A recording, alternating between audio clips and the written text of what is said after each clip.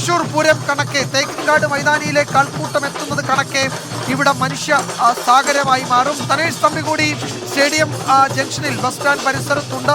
തനേഷ്, എന്താണ് അവിടുത്തെ കാഴ്ച? പ്രവർത്തകർ അവിടേക്ക് കൂട്ടമായി എത്തുകയാണോ? അവിടെ കുറെ കൂടി നിയന്ത്രണങ്ങളിലേക്ക് പോകേണ്ടി വരുമെന്ന് പോലീസ് എല്ലാ മുന്നണി നേതാക്കളെയും അറിയിച്ചിട്ടുണ്ടെന്ന് കേൾക്കുന്നു. എന്താണ് വിവരങ്ങൾ തനേഷ്? ഉറപ്പായും അത്തരത്തിലുള്ള കൂടുതൽ സുരക്ഷാ സന്നാഹങ്ങളിലേക്ക് പോലീസിന് നീങ്ങേണ്ടി വരും. കാരണം അത്രത്തോളം വീറും വാശിയും പ്രകടമായ ഒരു തെരഞ്ഞെടുപ്പ് പ്രചരണമായിരുന്നു കഴിഞ്ഞ കുറച്ച് ദിവസങ്ങളായി ഉണ്ടായിരുന്നത്. നമുക്ക് കാണാം ദൃശ്യങ്ങളിൽ പോലീസ് ബാരിക്കേഡ് വെച്ച് അടച്ചിരിക്കുകയാണ്. ഇങ്ങനെ 3 സ്ഥലങ്ങളിൽ, അതായത് സ്റ്റേഡിയം ബസ് സ്റ്റാൻഡ് ജംഗ്ഷന്റെ 3 വശങ്ങളിലെ 3 റോഡുകളാണ് സ്റ്റേഡിയം ബസ് സ്റ്റാൻഡിലേക്ക് സംഗമിക്കുന്നത്. ഈ 3 റോഡുകളിലും ഇപ്രകാരം ബാരിക്കേഡുകൾ നിരത്തിയിരിക്കുകയാണ്. വലിയ പോലീസ് സന്നാഹവുമുണ്ട്. അതിൽ ഒരു വശത്തെ റോഡിൽ LDFിൻ്റെ പ്രവർത്തകർക്കുള്ള അതായി മാറുന്നു.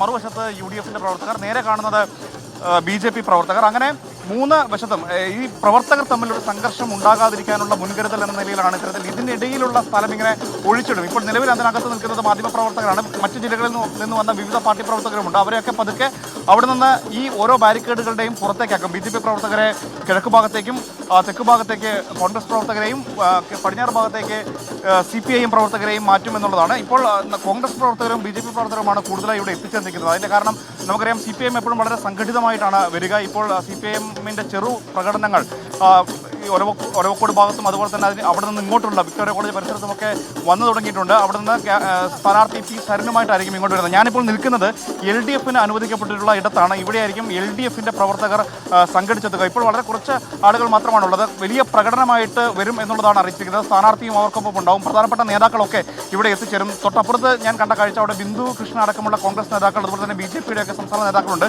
ഇവിടെയും CPIMൻ്റെയും CPIയുടെയും ഒക്കെ സംസ്ഥാന നേതാക്കൾ എത്തിച്ചേരും. നമുക്ക് ദൃശ്യങ്ങൾ കാണാം. ഇപ്പോൾ വളരെ കുറച്ച് പ്രവർത്തകരാണ് എത്തിയിട്ടുള്ളെങ്കിൽ പോലും അവരിങ്ങനെ ടീഷർട്ടൊക്കെ ഇട്ട് P സരനെ വിജയിപ്പിക്കണമെന്ന അഭ്യർത്ഥനയുമൊക്കെ ആയി വന്നിട്ടുള്ള ആളുകളുണ്ട്. ഇങ്ങനെ ഉള്ള ടീഷർട്ടുകളുമായിട്ടുള്ള 100 കണക്കിന് ആൾക്കാരായിരിക്കും അല്പസമയത്തിനകം ഇവിടെ എത്തിച്ചേരുക.